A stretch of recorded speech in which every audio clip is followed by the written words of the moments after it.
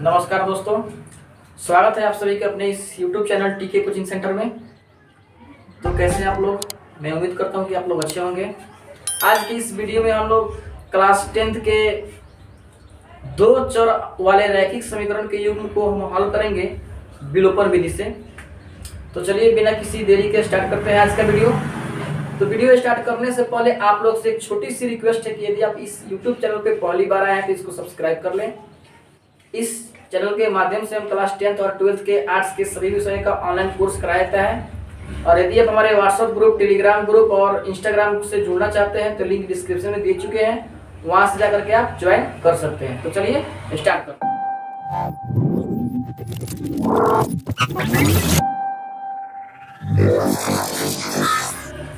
तो आप लोग के सामने दो समीकरण दिया गया है जो रैखिक समीकरण युग्म है, दो चर वाले।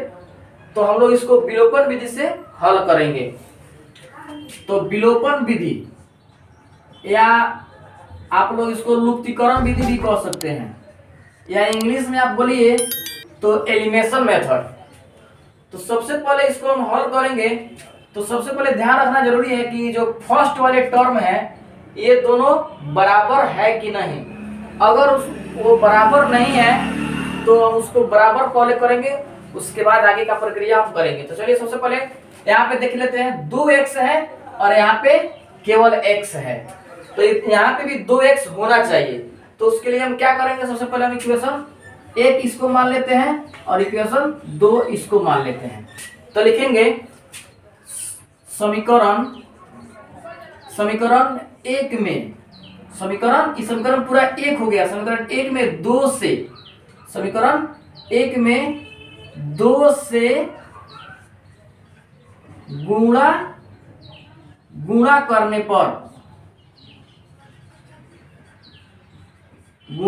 पर ठीक है। अब लिखेंगे समीकरण 1 में 2 से गुणा करने पर, चूंकि अगर हम जब तक समीकरण 1 में इस 2 से गुणा नहीं करेंगे तब तक ये मेरा टर्म जो है बराबर नहीं होगा। और जब तक ये बराबर नहीं होगा तब तक हम इसको हल नहीं कर पाएंगे। तो देखिए यहाँ पे समीकरण 1 में 2 से गुणा करते हैं तो 2 में यहाँ पे x जो है, यहाँ पे एक कोफिशिएंट है इसका, यानी कि x का गुणांक 1 छुपा रहता है। तो 2 में अगर हम यहाँ पे 1 से गुणा करेंगे तो 2x हो जाएगा, प्लस है तो प्लस लिख देंगे। 2 में y से गुणा करेंगे तो 2y हो जाएगा, बराबर है तो बराबर दे देंगे। 2 में 5 से गुणा करेंगे तो 10 हो जाएगा। अब चलिए और नीचे वाले समीकरण को ऐसे ही हम लोग उतार देंगे। क्यों उतारेंगे? क्योंकि यहाँ पे दोनों टर्म जो है सेम हो गया है, इसलिए इसको हम वही ऐसे ही उतार देंगे। देखिए ध्यान से एक बार फिर से, अगर मान लीजिए ऊपर 3 रहता, नीचे 5 रहता या कोई भिन्न भिन्न संख्या रहता तो हमको दोनों में गुना करना होता, ठीक है। लेकिन यहाँ पे केवल 2 से गुना करने पर हमारा दोनों क्या हुआ, टर्म जो है एक समान आ गया, ठीक है। अगर नहीं एक समान होता तो हमको समीकरण 2 में जितना दिया रहता उतना से गुना करना पड़ता। तो चलिए यहाँ पे समझ लेते हैं। अब हम क्या करेंगे, यहाँ पे प्लस का चिन्ह छुपा रहता है तो यहाँ पे माइनस दे देंगे, यहाँ पे माइनस ही आए तो प्लस दे देंगे। फिर यहाँ पे प्लस का चिन्ह छुपा रहता है तो इसको उल्टा कर देंगे माइनस। ये काम कर लेंगे आप लोग। अगर माइनस रहेगा तो आप लोग यहाँ पे प्लस करना है, अगर प्लस रहेगा तो यहाँ पे आपको माइनस करना है। वही काम यहाँ पे करना है, अगर माइनस रहेगा तो यहाँ पे प्लस करना है, अगर प्लस रहेगा तो माइनस करना है। फिर बराबर क्या देखिए, यहाँ पे अगर प्लस रहेगा तो माइनस कर देना है, माइनस रहेगा तो प्लस कर देना है। अब इसको देखिए 2x में से 2x जाएगा तो कट जाएगा। अब यहाँ पे देखिए जब यहाँ पे चिन्ह दे दिया जाएगा तो इसका वैल्यू खत्म हो जाएगा। जब यहाँ पे प्लस हम दे दिए तो इसका वैल्यू खत्म हो गया। अब इसको जोड़ेंगे, अब इससे कोई मतलब नहीं है, आपको इससे और इससे मतलब है। तो 2y और प्लस 3y बराबर कितना हुआ, 5y हुआ। अब यहाँ पे देखिए यहाँ पे प्लस है तो हमको यहाँ से प्लस नहीं दिया है लेकिन छुपा है यहाँ पे। तो जब छुपा है तो यहाँ पे हम चिन्ह दे दिए हैं माइनस। आपको अभी बताया है कि जब यहाँ पे प्लस रहता है तो यहाँ पे अपने से माइनस बैठाते हैं। तो यहाँ पे माइनस है तो हम क्या करेंगे, यहाँ पे घटाएंगे। तो 10 में से 4 घटा देंगे तो कितना हो जाएगा, 6 हो गया। और हम लिखेंगे यहाँ पे y बराबर 6/5, ये हमारा y का मान निकल गया। अब हम लोग को x का मान निकालना है, तो समीकरण लिखेंगे आप समीकरण 1 में चाहे 2 में, किसी में y का मान रख करके आप समीकरण में x का मान निकाल सकते हैं। चलिए हम लिखते हैं समीकरण 1 में y का मान रखने पर, चलिए समीकरण 1 यहाँ पे दिया हुआ है x + y = 5। अब हम x लिखेंगे प्लस, यहाँ पे देखिए y का मान क्या आया है 6/5, यहाँ पे लिखेंगे 6/5 बराबर 5 है, तो ऐसे लिख देंगे। चलिए हमको x का मान निकालना है, तो x बराबर दे देंगे, चूंकि x का ही मान निकालना है हम लोग को, तो 5 लिख देंगे। अब बराबर के इधर प्लस में 6/5 है, तो बराबर के उधर जाएगा तो माइनस में हो जाएगा 6/5। अगर बराबर के इधर माइनस में रहता तो उधर जाके क्या चीज में हो जाता, प्लस में हो जाता। ठीक है, तो चलिए x बराबर, यहाँ पे ये जो बट्टे में है तो इसको भी बट्टा में करना जरूरी है, तो निकालेंगे इसका एलसीएम। 1 5 का एलसीएम कितना होता है 5, तो जब 1 में 1 से हम 5 में डिवाइड करेंगे तो 5 मार्क में आएगा, 5 में 5 से गुना करेंगे तो क्या हो जाएगा 25, माइनस है तो माइनस देंगे, यानी कि बट्टा के घटाव निकालेंगे। यहाँ पे हम यहाँ पे 6, अब घटाइए, यहाँ पे देखिए x बराबर 25 में से 6 गया तो कितना हुआ 19/5, ये हो गया x का मान। और y का मान यहाँ पे हम लोग निकाले थे y बराबर 6/5, ये हो गया हमारा आंसर। समझ में आया? चलिए एक और समीकरण को हम इसी पे हल करते हैं। चलिए अब इस दूसरे समीकरण को हम लोग विलोपन विधि से हल करते हैं। यहाँ पे ध्यान दीजिएगा, आप लोगों को बताए थे अगर यहाँ पे दूसरा रहेगा नंबर और यहाँ पे दूसरा नंबर रहेगा तो इस नंबर को हम लोग को एक करना, यानी कि इस टर्म को हम लोग को एक लेवल पे करना जरूरी है। तो कैसे करेंगे, तो देखिए इसको मान लेते हैं समीकरण 1, इसको समीकरण 2। यहाँ पे 3x है, यहाँ पे 2x है। हम लोग क्या करेंगे कि यहाँ पे दोनों सेम टर्म हो जाएंगे।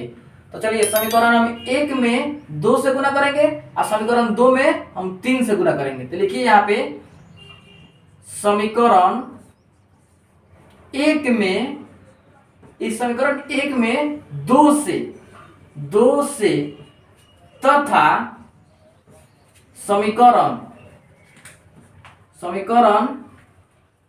2 में 3 से, समीकरण 2 में 3 से गुणा कर घटाने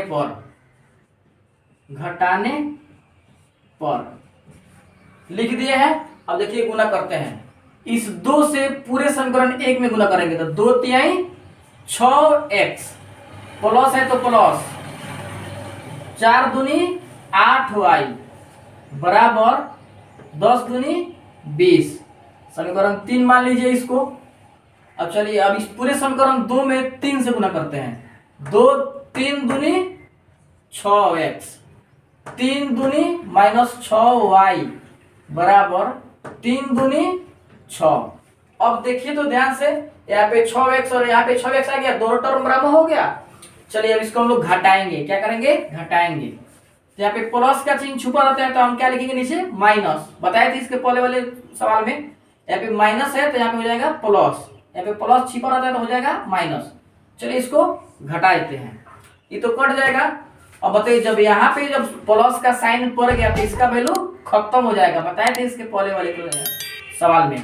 8 गो 6 गो 14 गो, इसको हम जोड़ेंगे, 8 गो 6 गो 14y, और यहाँ पे क्या करेंगे माइनस है तो घटाएंगे, यानी कि 20 में से 6 हो जाएगा तो कितना हो जाएगा 14। अब देखिए y बराबर ये 14 हो जाएगा ऊपर, ये यहाँ पे हो जाएगा ये अंश, यानी कि हर हो जाएगा।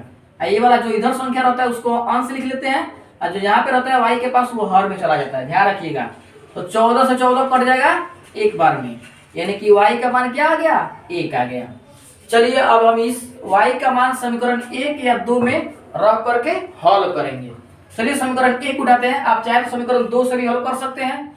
तो देखिए समीकरण 1 में y का मान रखने पर अब देखिए यहाँ पे समीकरण है 3x प्लस 4y बराबर 10। तो यहाँ पे 3x लिखिए प्लस 4 है, y का मान क्या आया है, यहाँ पे y का मान 1 आया है, तो 4 गुना 1 लिखेंगे। चूंकि 4y कब हुआ है, 4y कब हुआ है, जब 4 में y से गुना किया गया तब ना हुआ है 4y। तो वहां पे y का मान आया है 1, तो 4 गुना हम 1 लिख देंगे यहाँ पे, अब बराबर 10 है तो 10 लिख देंगे। तो 3x प्लस 4 एकम 4 बराबर 10 हो जाएगा। तो 3x बराबर 10।